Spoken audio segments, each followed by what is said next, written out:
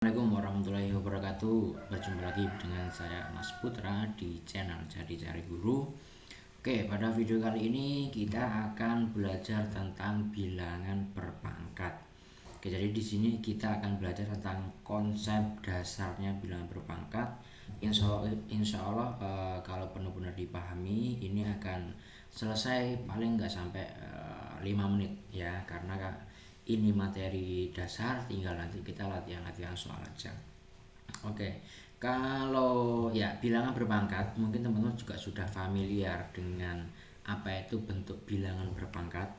Jadi mungkin teman-teman pernah lihat model yang kayak gini: 3 pangkat 2, 2 pangkat 4, 5 pangkat 3, dan seterusnya. Ya, ini adalah contoh dari bilangan berpangkat. Oke, nah terus kalau misalkan kita definisikan, nah biasanya itu modelnya atau bentuknya itu adalah A pangkat N. A pangkat N, dimana ini kalau dijabarkan ini akan menjadi A dikali A dikali A dikali A, ini dikalikan sebanyak N faktor, sebanyak N faktor. Oke, jadi di sini ada A. A itu adalah bilangan basisnya, ya, basisnya dia berapa. Terus N ini adalah bilangan pangkat. Bilangan pangkat. Oke, nah jadi bentuknya kalau ini tadi saya ambil contoh yang 3 pangkat 2. Ya, contohnya itu kalau 3 pangkat 2 ya berarti ini basisnya berapa? Ini basisnya itu 3 ya. Berarti yang 3 ini adalah basis, sedangkan yang 2 ini adalah apa? Ini adalah pangkatnya. Nah, tadi kalau ada bentuk A pangkat N, A-nya itu dikalikan atau basisnya itu dikalikan sebanyak N faktor, sebanyak pangkatnya. Berarti kalau 3 pangkat 2, berarti ini sama dengan 3 dikali 3 dikali 3. Kalau 2 pangkat 4, ya berarti basisnya, ini basisnya 2, berarti ini 2 dikali 2 dikali 2 dikali 2 sebanyak 4. Oke, ini sebanyak 4 sesuai dengan pangkatnya. Nah, kalau misalkan ada 5 pangkat 100, ya berarti 5 kali 5 dikali 5 dikali sampai 5 sampai 100 ya. Ini sebanyak 100 kali. Jadi bilangan berpangkat itu bisa juga kita katakan perkalian berulang dari suatu bilangan sebanyak dengan pangkatnya. Nah, oke, itu kalau dari bilangan berpangkat terus dijabarkan. Nah, sama aja kalau misalnya kita balik. Misalkan kalau ada bentuk 3 dikali 3 dikali 3 dikali 3 dikali 3. Nah, ini ada sebanyak berapa? Ya berarti ini adalah basisnya kan berarti 3. Berarti ini 3 dikali dia ada sebanyak berapa nih? 1, 2, 3, 4, 5. Berarti ini 3 pangkat 5. Gitu ya. Terus kalau misalkan ada bentuk 7 dikali 7 dikali 7 dikali 7 dikali 8 dikali 8. Nah, kalau kayak gini gimana? Nah, kita lihat yang sejenis. Nah, yang basisnya yang sama berapa? 7. Terus yang ini beda 8 kan, berarti yang ini 7 pangkat berapa? Ada sebanyak 4, berarti 7 pangkat 4. Yang 8-nya ada berapa? 8 pangkat 2, karena dia ada sebanyak 2. Berarti ini sama dengan 7 pangkat 4 dikali 8 pangkat 2. Ini kalau mau dihitung, ya ini nilainya berapa, dihitung, terus 8 pangkat 2 itu nilainya berapa, terus baru dikalikan. Oke, ini yang definisi atau pengertian dasar tentang bilangan berpangkat. Oke, bilangan berpangkat itu juga bisa dikatakan perkalian berulang dari suatu bilangan sebanyak pangkatnya. Oke, nah terus Terus itu yang pertama. Terus yang kedua, di sini kita mau membahas tentang sifat-sifat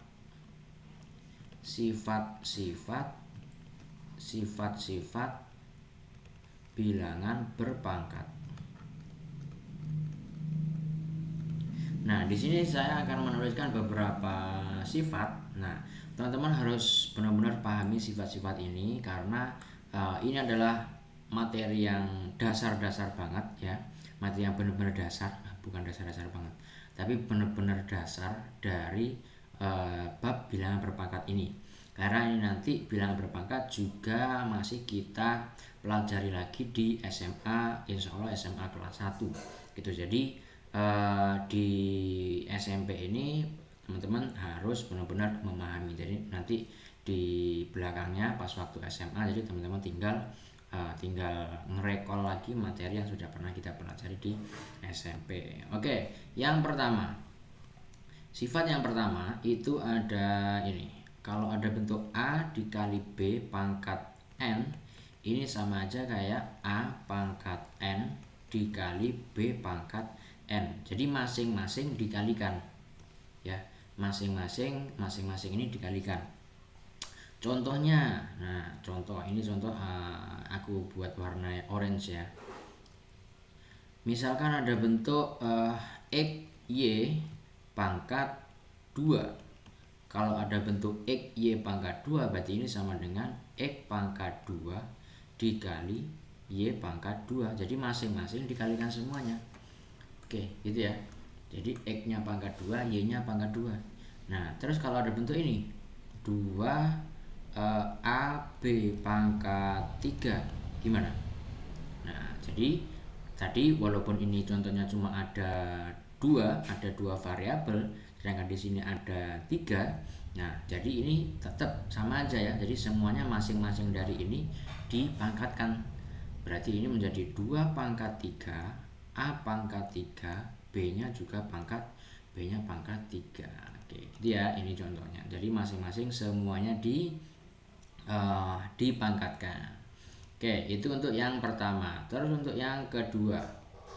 Untuk yang kedua itu adalah A pangkat N dikali A pangkat N. Ini kalau ada bentuk seperti ini, bilangan berpangkat dikalikan dengan bilangan berpangkat di mana basisnya sama, A dengan A, ini sama aja kayak A pangkat M ditambah M dengan syarat A-nya sama loh ya.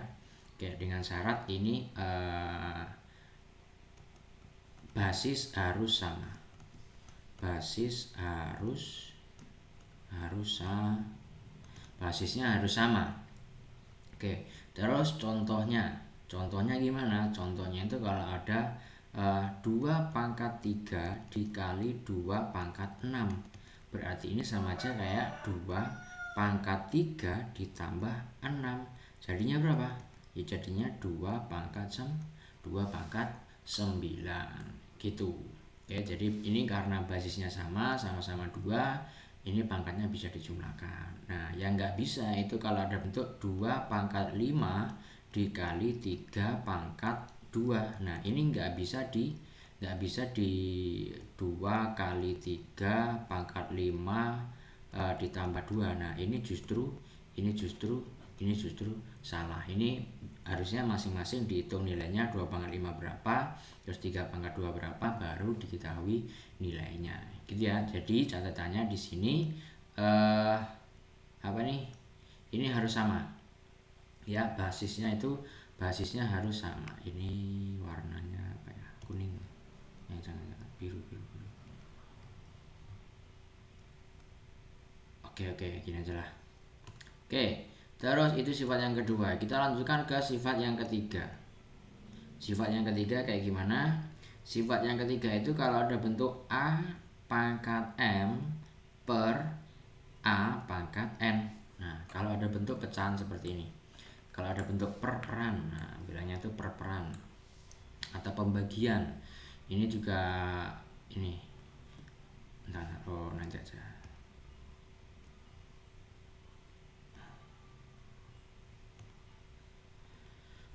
Oke, ini sama aja kayak kalau perkalian tadi atau yang bilangan berpangkat terus dikalikan, itu kan pangkatnya dijumlahkan. Kalau bentuk perperan atau pembagian, ini pangkatnya dikurangkan, yang atas dikurangi yang bawah. Nah, bilangan yang dibagi itu dikurangi dengan pangkat dengan pembagi. Jadi ini A pangkat M dikurangi dengan N. Kalau bentuk perperan kan juga bisa dituliskan ini A pangkat M dibagi dengan A pangkat M, ini sama aja ya, sehingga ini menjadi A pangkat M dikurang N, kayak gini. Nah, contohnya gimana? Contohnya ya kalau misalkan ada ini 5 pangkat 3 dibagi 5 pangkat 2. Berarti ini sama dengan 5 pangkatnya dikurangkan 3 dikurangi 2. Sehingga ini hasilnya 5 pangkat 1 atau sama dengan 5. Gitu ya. Terus contoh yang lain misalkan 7 pangkat 6 dibagi 7 pangkat 6 dibagi dengan 7 pangkat 10, ya berarti ini sama dengan 7 pangkat 6 dikurang 10. Jadinya berapa? 6 dikurang 10 itu negatif 4. Iya benar, negatif 4. Berarti ini sama dengan 7 pangkat negatif 4. Oke, sifat yang ketiga selesai. Lanjut ke sifat yang keempat. Sifat yang keempat dari bilangan berpangkat itu kalau ada bentuk A pangkat M dipangkatkan lagi N, berarti ini sama dengan A pangkatnya ini dikalikan M dikali N. Ada bilangan berpangkat terus dipangkatkan lagi, ini sama dengan pangkatnya dikalikan. Contoh, oke. Contohnya itu 3 pangkat 2 dipangkatkan 3. Berarti ini sama dengan 3 pangkatnya dikalikan kan. Berarti ini 2 dikali 3. Sehingga ini hasilnya 3 pangkat berapa? 3 pangkat 6. Oke, ini contohnya. Contoh lagi. Misalkan ini 4 pangkat 2 dikali 3 pangkat berapa ya? Pangkat 3 gitu. Nah, ini gimana kalau ada bentuknya kayak gini? Berarti ini pakai yang pertama tadi. Jadi masing-masing ini harus dipangkatkan juga. Berarti ini sama dengan 4, ini pangkat 2 dipangkatkan lagi 3, berarti 2 kali 3. Terus 3-nya gimana? 3-nya juga dipangkatkan. Ini kan 3-nya pangkat 1. Ya berarti ini 1 dikali 3. Sehingga hasilnya ini 4 pangkat 6 dikali 3 pangkat 3. Oke, gitu ya. Oke. Sifat keempat selesai. Lanjut ke sifat yang berikutnya. Berarti sifat kelima. Sifat kelima itu kalau ada bentuk pangkat negatif A pangkat negatif M, ini sama dengan bentuknya itu bisa dirubah menjadi 1 per A pangkat M. Nah, biasanya di soal itu sering muncul yang kayak gini, pangkat negatif.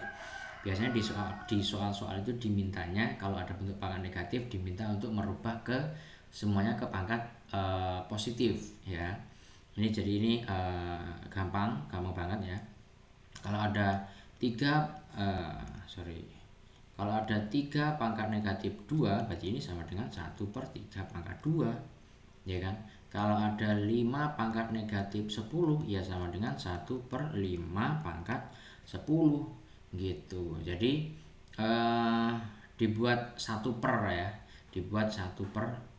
terus ininya negatifnya pangkatnya berubah menjadi positif. Udah itu aja untuk sifat yang kelima. Gampang kan? Nah, gampang lah pasti. Terus sifat yang keenam. Sifat yang keenam itu kalau ada bentuk pecahan yang dipangkatkan. Bentuk A per B dipangkatkan dengan M. Nah, berarti ini hampir sama kayak yang perkalian ya. hampir sama kayak yang perkalian ya. Jadi ini masing-masing pembilang dan penyebutnya itu dipangkatkan dengan M. Berarti ini A pangkat M per B pangkat M. Nah, contohnya itu misalkan 5 per 2 pangkat 4. Ya berarti ini sama kayak 5 pangkat 4 dibagi 2 pangkat 4. Terus misalkan lagi 100 per 3 pangkat 3. Ya berarti ini 100-nya pangkat 3, yang bawah penyebutnya itu juga pangkat 3. Kayak gitu ya. Oke, sifat yang keberapa nih? Ke-6. Nah, sifat yang ke-6 beres. Sifat ke-6 lanjut ke sifat ke-7. Sifat ke-7 itu, nah ini identitas. Kalau ada bentuk A pangkat 0 itu selalu nilainya 1. Dengan syarat A-nya tidak sama dengan 0. Berapapun nanti nilainya A, kalau dipangkatkan 0 itu sama dengan 1. Kecuali A yang tidak sama dengan A-nya tidak sama dengan 0 ya. Jadi mau ada misalkan 100 pangkat 0 ya ini nilainya 1. Terus 1000 pangkat 0 ya nilainya 1. 99 pangkat 0 ya nilainya pun juga 1. Berapapun pangkat 0 nilainya 1. Dengan syarat A-nya tidak sama dengan 0 atau basisnya tidak sama dengan 0. Oke, terus yang sifat ke-8. Sifat ke-8 ini bentuk akar ya. Kalau ada suatu bilangan dengan pangkat pecahan itu bisa dirubah ke bentuk akar. Kalau ada bentuk A pangkat M per N, ini sama aja kayak akar dari N dari A pangkat M ya. Akar N dari A pangkat M. Nah, maksudnya gimana sih kalau yang kayak gini? Jadi ini contohnya itu bentuknya kayak gini. Misalkan kalau ada 8 pangkat berapa? Pangkat 3 per 2. Ya berarti ini sama dengan akar pangkat 2 dari 8 pangkat 3 gitu ya. Ini sebagai M, M-nya ada di dalam, terus ininya akarnya, dia akar berapa gitu. Terus kalau ada 7 pangkat 5 per 4 ya berarti ini sama dengan akar dari 7 akar pangkat 4 dari 7 pangkat 5. Oke, gitu ya. Oke, nah ini adalah 8 sifat. Nah, setelah 8 sifat ini, saya juga mau menambahkan beberapa hal yang sering mengecoh di bilangan berpangkat, materi bilangan berpangkat.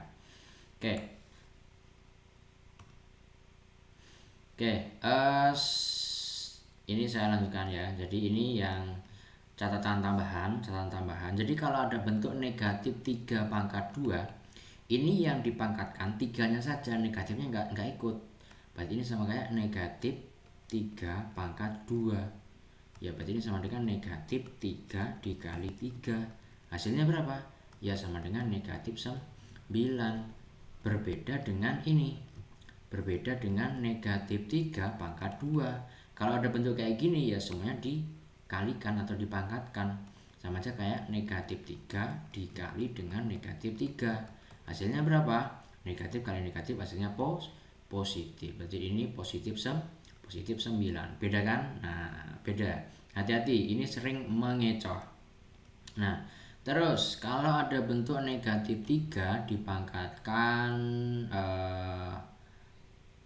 berapa ya? Oke, bentar. Ini negatif 3 ya. Pangkat negatif bukan pangkat negatif 3, sorry. Dipangkatkan dengan 3. Oke. Berarti ini gimana? Tadi kalau bilangan berpangkat itu perkalian berulang. Berarti ini negatif 3 dikali negatif 3 dikali dengan negatif 3. Nah, sama dengan berapa? Negatif kali negatif positif. Positif kali negatif negatif. Berarti ini negatif 3 kali 3 9, 9 kali 3 27. Nah, Nah, di sini yang perlu kita berikan catatan.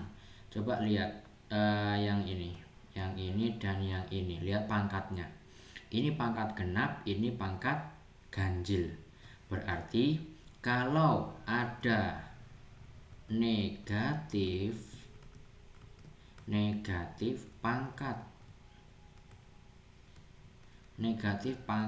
genap, ini hasilnya sama dengan positif.